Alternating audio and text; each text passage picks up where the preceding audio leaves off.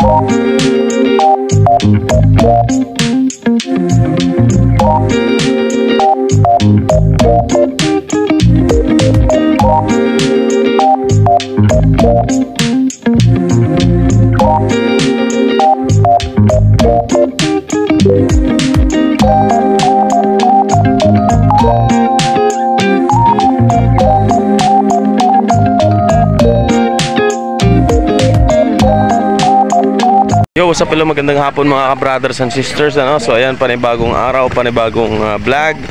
So ito yung update natin sa ating buhay-buhay, ano? So before tayo pupunta ng Bacolod, so dumaan muna kami ng Vista Alegre, ano? So never kong in-expect na ganito pala kaganda yung Vista Alegre. Napapanood ko lang ito dati sa mga live sa Facebook at sa mga reels sa Facebook, ano? So andito na tayo ngayon ng mga ka-brothers and sisters. Napakaganda ng Vista Alegre, tingnan nyo. Oh, diba? Napakaganda mga ka-brothers and sisters ng lugar ng Vista Alegre. Overlooking po ito mga ka-brothers and sisters, oh. Oh, diba? Napakataas ng lugar na ito. Ito yung nakikita ko doon sa may Nauhang. Ito yung pinakamataas na lugar dito. At meron pa siyang daan papunta doon, ano? Napakaganda po ng daan dito sa taas. Ewan ko kung hanggang saan papunta yung daan na yan. Ano? Napakaganda. So yan mga ka-brothers and sisters, ano? Dito po sa may ilalim ay nandito po nakalagay yung kanilang CR, ano? At sa taas yan yung viewing area, no? At dito sa ilalim merong dalawang CR doon sa kabila, ano? At meron din mga kwarto dito. So kung sino po pala yung pupunta dito at gusto nyo mag unwind, ano? Magpalipas ng stress, so kahit gabihin kayo dito, walang problema, meron silang mga rooms. Ayan, oh, pwede kayo matulog, ano? Maganda dito yung magjowa, no? Pwede, meron silang 4 na kwarto dito. So kung gagabihin kayo dito at medyo napapagod na kayong umuwi, so pwede kayo dito. Ayan, oh. So ikot natin, punta tayo dun sa kabila. Ayan, napakaganda pala dito, no? Meron silang mga kwarto. Ayan. Oh, ganda dito mga ka-brothers and sisters, oh.